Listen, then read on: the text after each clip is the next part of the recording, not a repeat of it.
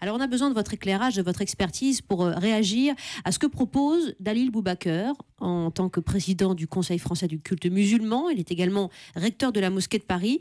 Il dit les choses clairement, il veut doubler le nombre de mosquées en France dans les 2 ans qui viennent.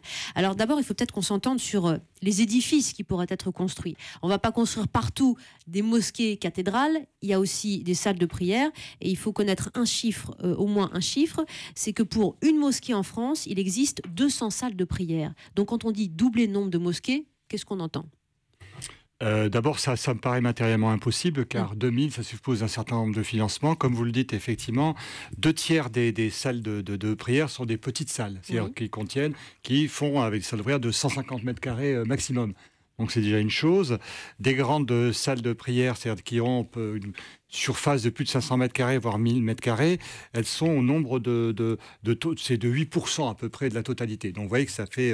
mais je pense que le terme mosquée, c'est devenu un terme générique. Effectivement, vous disiez qu'à partir du moment, en islam, à partir du moment où vous avez une salle de prière, c'est-à-dire que vous avez un espace à partir duquel les prières, les fidèles où ils peuvent se rassembler, où ils peuvent prier ensemble, on peut parler d'une mosquée. Oui. C'est le nom générique. C'est ça.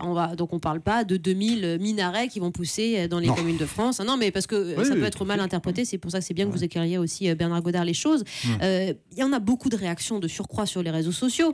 Émilie, sur Facebook, j'espère que ce ne sera pas la France qui va financer ça. Lionel, j'espère que ce n'était pas un appel du pied pour que l'État participe au financement. Car très vite vient la question du « très bien, on va voir pourquoi, mais qui paye ?»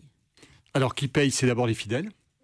Et ça, effectivement, il faut tordre le cou à certaines, non pas légendes, mais des assertions des uns et des autres qui disent que tout l'argent viendrait de l'étranger ou voire même de l'État. C'est ni l'un ni l'autre. C'est-à-dire que la participation de l'étranger, elle est connue à hauteur de 10%, vous voyez, de financement total. On va dire qu'elle est autour de 20%, puisque effectivement, il y a peut-être 10% qui n'est pas forcément appréhendé. Bon. Et donc, ça reste relativement limité. Quant à l'État, il n'y a pas de financement du tout. En vertu de la loi séparation. De séparation, sauf la loi de 42 qui a été rajoutée dans la loi de 1905 qui permet les réparations pour les lieux de culte. Mais ça, c'est valable pour tous les cultes.